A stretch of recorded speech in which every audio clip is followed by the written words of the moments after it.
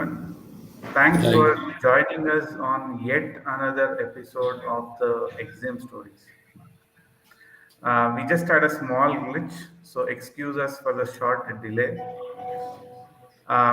So today we have a special episode, something that most of us look forward to.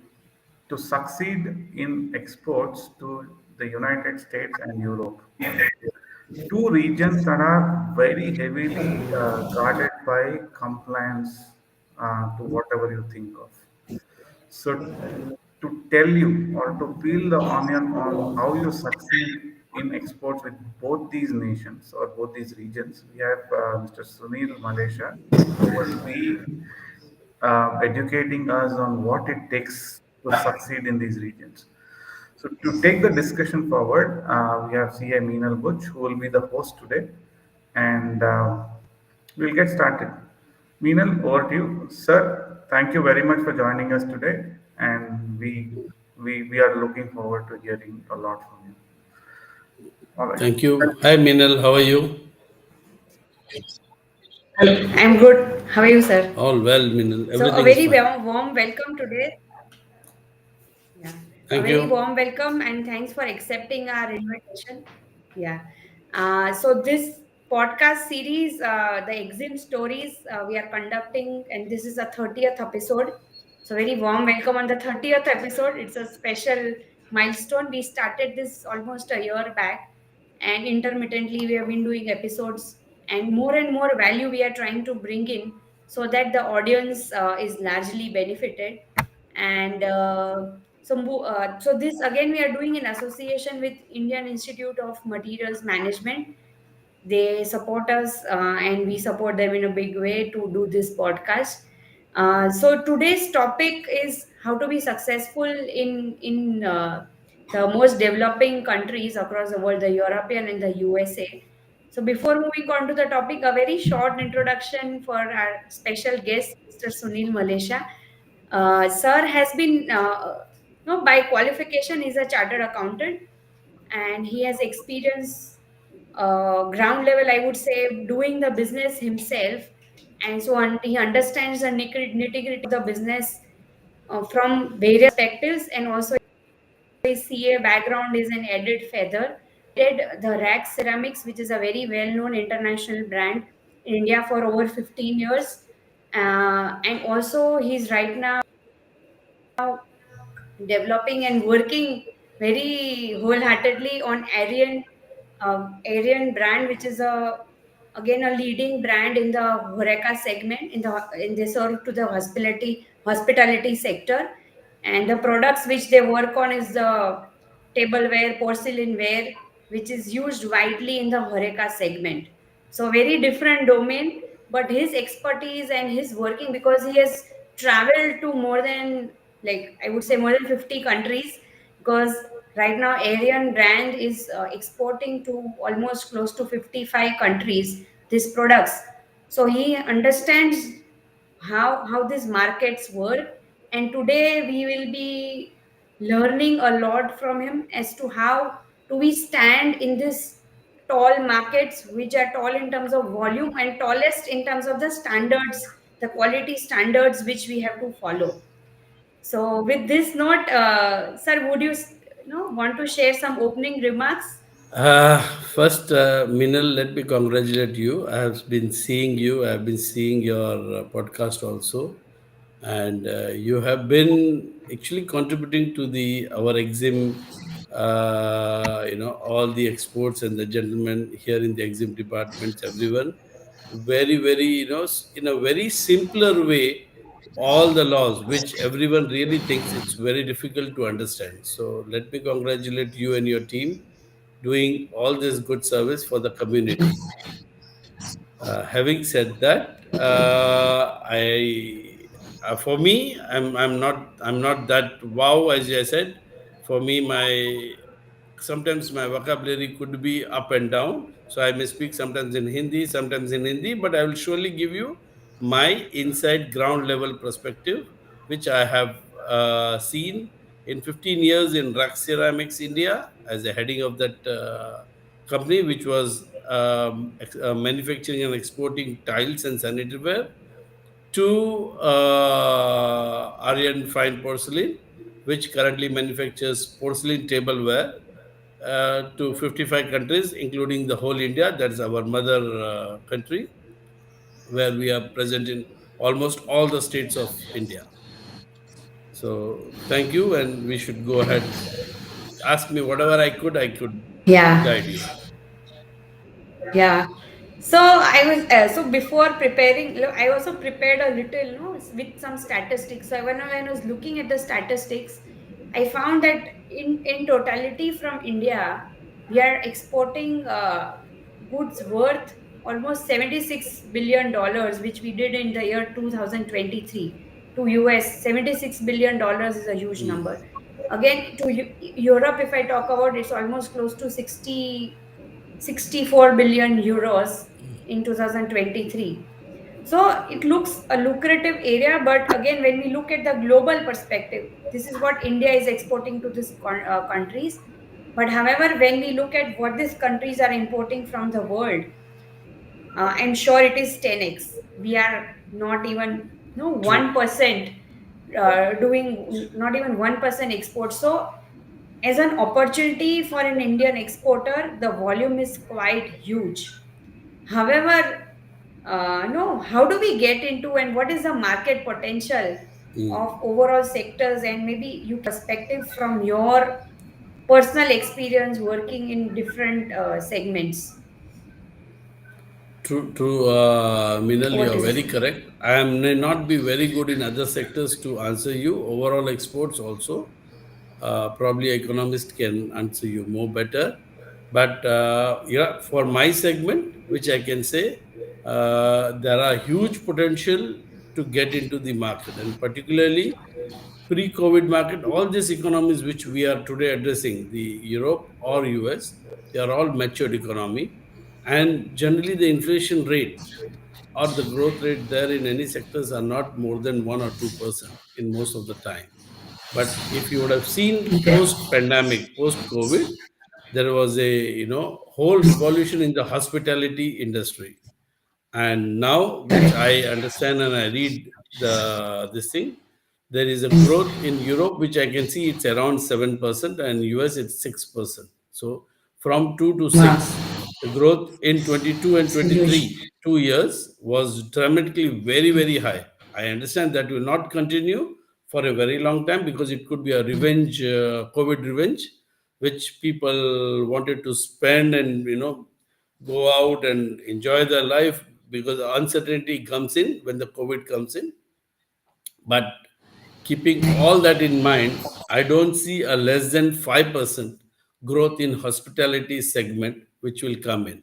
So this is a very good area where all the areas, I would say Europe and US, the reason is they give us a good price and a good quality which we'll have to supply them. But even in India, a hospitality segment is no different. It has a Okay. tremendous opportunities to grow. Okay. Now, potential market, as you said, post pandemic, we were saying, and in particularly Europe, the because of the spending power and the people, this thing you the way they spend nowadays, you'll find the hotels also the occupation level, which was around roughly 50-55% earlier, has come up to 65% occupancy. Wow. So I would rather say hospitality segment. It's a very important to see we grow. The potential of this area in all over the Europe and in US would be very high. True. Wow. So I think this looks quite promising for any upcoming exporter or those who are already there into manufacturing to look at these markets. Of course, India is a good market, but again, to diversify, because you never know. You need to also balance the uncertainties in the markets. So balancing and divide, like geographical diversification could also be a great True. source of revenue True. additionally, right? True. So again, if okay, understood that there is a huge market potential, but what we have heard or understood from lot of people who are already doing exports, the quality standards there are very, very high.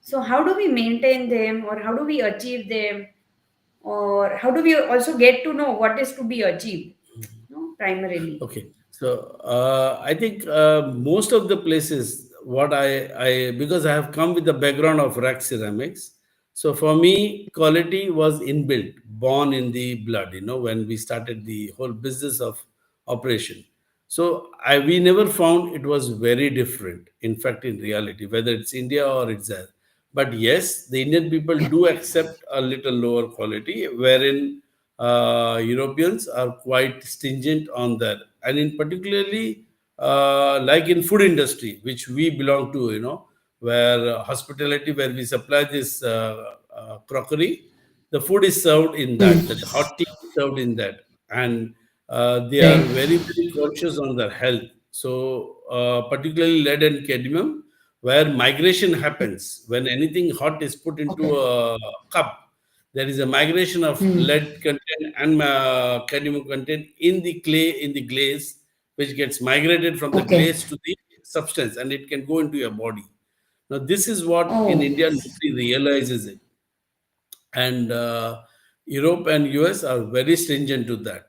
I don't have to, all Hmm. my co-friends who are manufacturers in India, nothing to worry about it nowadays, or even earlier days. You do get glazes and colors and decorated items, which are all the raw materials which are lead and cadmium free. So only thing is you'll have to go with a reliable source of buy. Source. So this Correct. is the one of the major point for consistency. Since it's a tableware which comes on the table, when it's called tableware, it comes on the table in your, when you sit in a restaurant and you come on the table. So there are number of plates which comes in, and or bowls which comes in. Now this has to be all of the same family. So it's all made from porcelain, glass, and there are chances something breaks probably a year down the line or 1.5 years down the line, and it needs a replacement. And the new one exactly should look as the old one, because we cannot make the difference between on the plates when it comes on the table. Yeah. So in our industry, the other things which has to be very very careful on quality standard, which everyone wants it to happen, is the consistency in quality, the consistency in the Correct. color, the quality and color consistency, which is very much required. So Right. this is where, and all this can only happen, in fact, in reality, if you probably, because this is all made from the earth, organic material. So this can only happen after firing at 1250-degree temperature. This can happen when you buy a consistent raw material. So your supply of the raw Okay. material has to be consistent and a good quality from a consistent source. So you don't go on changing your formulation every now and then. Vendors. So this is the second thing which Interesting. all the Europe today look at. They look at the two part of it, nothing very majorly. The another two part which lately last 3 years I have been observing, which people have been insisting on, is the sustainability. A lot of our European Oh, buyers and US buyers now want us to get initiated on sustainability. What steps are you nice. taking to give this mother earth, back, so there is no carbon emission some way or other. Like in our company, we do not throw out any water out. Even a drop of water is not thrown out. Or we have put solar, and we do a lot of materials which are non-reactive and other things, so it does not Non-toxic. give emit any Non-toxic. harmful gases or something. So these are the small care which has to be taken, which in long run I feel people will be, all of them, Be whether in India or in Europe, they will be concerned with. And the fourth point, nice. which all of us, which is also required for human on humanity ground, and our other reasons of company working, is social responsibility and social accountability. So, how we treat our employees, how we have policies for their working hours, their environment, their distinguish how you treat your female employees with your male employees. There are so many other factors. You don't employ a child labor just for reducing your cost. So all this fact would factor, and there would be audit to that. But again, as I told you, it hardly costs them today. Nowadays, the cost is hardly, or even sometimes the Europeans are ready to pay for it. You don't have to pay for it. You just have to comply, nothing more than. So safety standards and other things has to Excellent be point. compliant, which are very, very small, in fact, in reality. But you can probably first and second year put some consultant who can guide you to actually do it, not guide you to get the certificate, but guide you to do it. Yeah, but actually do it. Yeah, This is an actually do it. excellent point. I think, yeah. So ESG Yeah. standards and all are very much are of critical importance nowadays, with lot of companies emphasizing its importance. So no, as you rightly mentioned, the last 2 points that okay, you appoint somebody to do it, but how in house you maintain the consistency in the quality of the raw materials? Do you also apply for some kind of certifications which no European standards or US standards may require? Yeah. So here also a small change, which you make in your Okay. own system. At every level, if you put up the reasons of non-compliances or reasons of B grade coming in, just write down on a piece on a proper Excel sheet, which can be your use and seen what happened. So there is a testing which has to be done at every level of every batch. Like you buy a raw material, so every batch you test it. The raw materials are good, strengthy enough, good enough for the production. And similarly, yes, you need to invest into the lab, and this is what the Europeans see before they get into any company. Do you have a lab where you can Okay. do in-house testing? All this compared Okay. to your investment into your assets generally don't cost more than 2% or 1%. But Okay. having that is utmost importance, and following that, with ISO standard, and following it very correctly and religiously. Let the people write down so you will be able to see it online on your dashboard. So that makes them worry, yeah, somebody is looking at it, and this needs to be followed. So once that is followed, chances are very, very less the things go wrong. It's very less the things go wrong. Nice. Think you've made an excellent point, sir. So this leads me to the next question. That there are a lot of challenges when you enter into a new market, like cross-cultural changes, or no new people coming in, or no non-tariff barriers at times. The custom duty angle in the importing could be lot many factors. But in your case, how you have been able to convert the challenges which came across to you in the opportunities? Okay. Europe, as such, was always a good market for me. So I never had this problem majorly. But what I could see is after 20, year 2022 and 2023, I could see a stagnation coming in the market. With the Russian war, and then Israel, this Palestine happening, there was always a factor of risk which nobody wants to invest in. And then we found a lot Right. of distributors in Europe uh, trying to start keeping low inventory. They were not knowing what really would happen. So first the COVID, and then Okay. these two events made people look differently into the market. And that's where Right. we thought of some good ideas.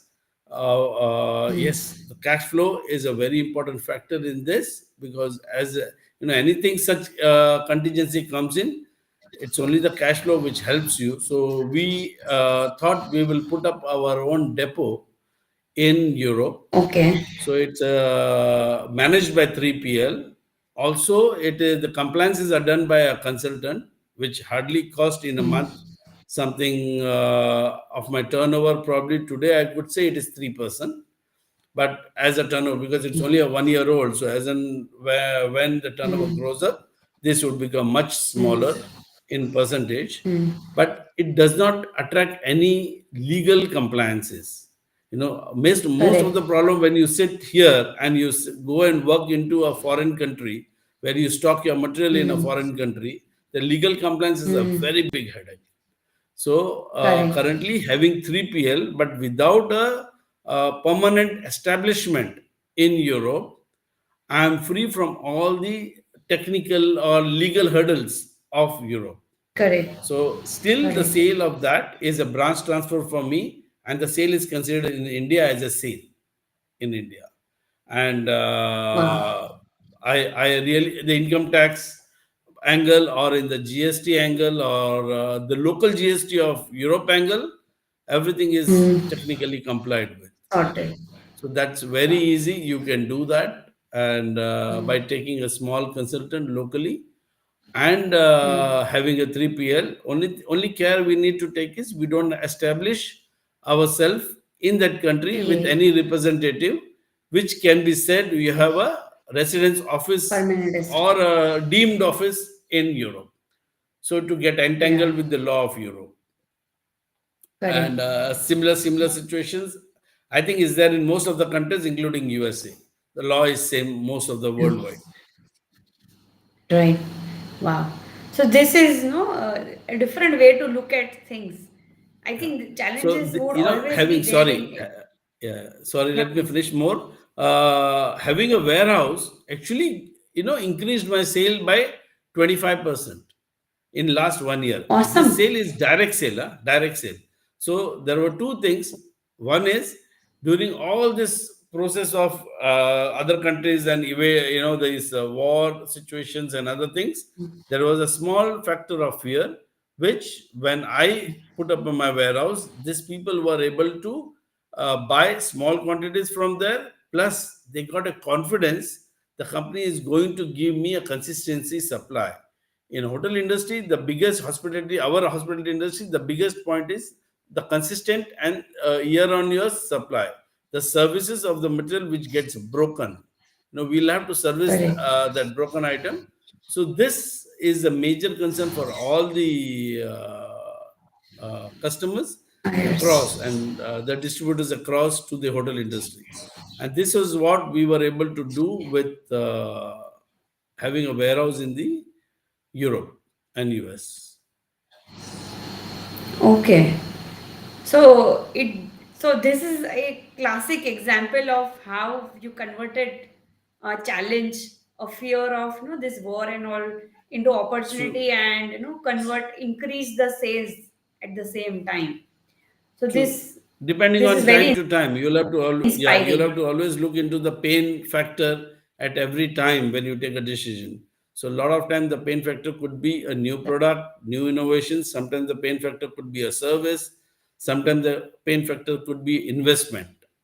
So every business, every point of Right. time, you need to identify your pain factor and then give a solution on that pain factor to your customers. I do not see anything very different in Europe or US. Europe is actually more like India. Believe me or not, they do have a Okay. distributors where Okay. distributors store. They have salesmen who goes to the hotels and get approvals and then they supply. So there is no major change in Okay. Europe. What you understand from Indian operations, US is little typical. Okay. US, according to me, most of the people who want to invest in US has to penetrate first. Go to US, study the whole system. US works with a very different Okay. system. So either you have a class or you have a mass in US. So the mass is you then start comparing yourself Okay. with China, and it's so difficult to go with the price band and other infrastructures of China, which the country gives them, for us to get into the price band what Chinese give. It's very difficult to do it. So you will have to go into the other Okay. side, which is the little higher end, where you give them a Class. service, a class, or class this thing. Where you, but then in that case, there the price does not play a very important role for me, but the service and understanding the whole structure how it works. So there you have specifiers, you have consultants, you have wholesalers, you have regional distributors, and then you are on that you have importers. Okay. So many layers are there before the material really goes Layers. to the end user called hotel. And End and user. believe me, Oh, despite everyone knows, hotel fellow knows, all these layers needs some servicing cost, but everyone is ready to pay that right. to let the whole industry work healthily. So it's a very matured Wow. market, very uh, it's more mature than, I would say, than Europe also to some extent, and everyone works within their Oh, wow. parameters in US. But the only thing is, I would suggest most of the exporter who wants to go to US for hospitality segment, please go and work and look at the infrastructure and the structure, how they work, which levels and how they work, and then take a call how you want to do your sales to US. But the sales to US, once it starts, there is no end to the It's very volume. different. So the US for me, we started 3 years back, Okay. and it is. I expect next year it will do equivalent to Europe, which I'm doing for last 8 years. That is the Wow. potential of So the US. volume is in your hands. Yeah, US How much volumes how are, much we want to do, that's up to yeah, us. yeah, yeah. US Pretty volumes are huge. crazy and with a good Okay. price. In that case, this leads me to the other question, you mentioned about China, right? So is there any advantage, like a lot of countries, especially US and all, are shifting away from China? Is there any share of that portion shifting to other countries? Are you feeling that, or are your True. customers talking about it to you? Okay. So this is not with alone US. This is also with Europe. Okay. uh, every Okay. country actually, not even Europe, I would say so many countries including Australia where we export, they all want C plus. So they have, earlier they were all Okay. dependent on China to that extent. Today with Hmm. pandemic and so many other things happening, they all want to be Hmm. China plus one and or China plus two. So they are looking for some country which would really give them a good quality and good service of the product. Uh, the currently, I would say, India is probably one of their first choice. The reason is it's a stable country, politically also stable. There are laws and rules in place in India, Right. which, and the people of India are much more Yeah. committed to the business vis-a-vis any other country which I have seen in Far East. So people in India are more Wow. dedicated to the business. They're more service-oriented people, and I see today a respect when I go to Europe for Indians much ahead than all the other countries. Wow. So I think this is a very good opportunity for all of us to take this advantage. I'm saying, you really speaking, you don't need that big thrust from the government of India. I'm saying government of India himself has done a lot, Okay. and I would be happy if Yeah. they. Lot of people in our industry even do not know so many provisions in the law is there on our incentives and other things to do, which I believe they should consult once to consultant like you or somebody else, and get their exim audit done. So to tell them if there is anything which Right. is left out, and which can minimize their cost or Yeah. improve the cash flow to them, Cost. yeah, cost and cash flow both, Correct. then it's not a bad idea. And simply doing what a European or a matured economy wants from you. They don't need anything. They are certainly ready to pay extra for what all you Pay give. Yeah, extra. give a good quality. It's not like that they don't pay. I today command Awesome. probably a price which is more than a lot of Europeans also manufacture, Portugal manufacture, and giving them, like I pay, I ask them more money than that, and they are still ready to give me. The Wow. reason is a consistency, commitment. So they Yeah. all believe Yeah. they are not very dynamic. So they all believe once you commit something, you should deliver them. So the quality, Be able to yeah. So the develop. chalta hai factor in quality or in supply is not acceptable to them. So there are certain things where if they say one time, they would keep their words, but they expect the same words to be kept by us. So I think most of the time we have everything with us. We have skills, we have manpower, we have raw material and other infrastructures which can be much cheaper to produce than Europeans. But we still lack because of Right. our commitment, because of our honesty, Commitment. because of our clarity. I think these three factors, when you put it all together and work with them, the people are delighted to come to Sky is the India limit. than Europe. I have seen a lot of US. I don't want to name a company, but the biggest US company where we went and told them, okay, we are expanding and we are ready for that. The guy, before even we started our production, they have as good as sent a notice to the Chinese guys saying, okay, we will not be buying anymore and we will be buying from India, blah, blah, blah. So, that extent, they are willing Too to change good, right? themselves. And I think this is a very good opportunity. Maybe it will still go in for another 2 years or Right. 3 years, and we should encash that.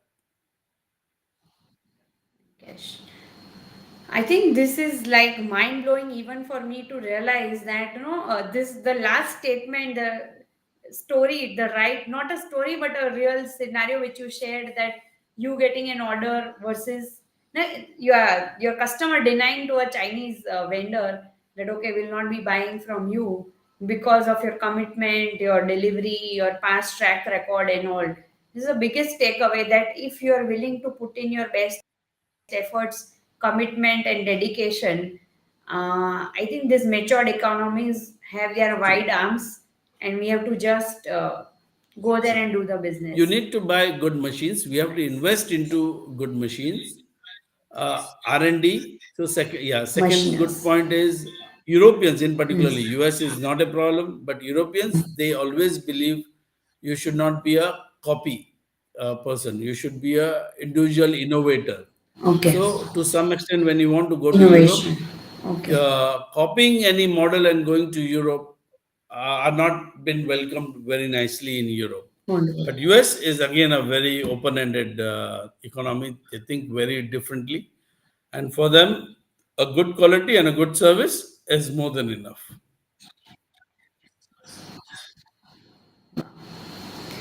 Excellent, sir. I think this has been one of the what I would say, very engaging and a very interesting session for our audience, who would have lot of takeaways, who are there into exports themselves or handling the export departments. Lot of eye opener points you have shared. So with this we would like to end, because we are almost crossed a little of a time, but any closing remarks, final remarks from your side? Uh, No, one line you I would like to think share. like our prime minister, who always is positive to get the country go on, and to reach number one position. We as a Indian people should really show our work and our ability, where we it's not alone the prime minister who would take the country up. It's actually individual person's job to really work hard and show them it can happen, and only when all of us do together, we'll be proud of our country and we'll be proud of our prime minister who has committed we will get India to number one in the world. So I think we all have to be Right. committed to that. So I think in the exports, the number, yeah, correct. So I think the target which is set is $2 trillion True, dollar of exports by 2030. And I think we can make it we achievable can, we can. Yeah, with all the efforts put in true, together. we can. Yeah, Sure. right. So with this, thank you very much, sir, for joining in today. And we would like to have more of your sessions again in the upcoming series. on maybe another topics or another exploration areas for our exim Sure. community. Thank Thank you. you once Thank again. you, Over Minal, to for you, all your Chaitanya. work you have been doing for this community. Thank you. Thank you so much, sir. Thank you. So, dear audience, that was a lot of insight into some 25 minutes of conversation. So, we are going to come back with a newer session next week, 5 p.m. on Tuesday. And until then, stay safe. Start looking at this space for the next topic. And we will bring one more professional who will help us with something else in the import export domain. Sir, thank you so much for your Thank time. you. You have a great Bye.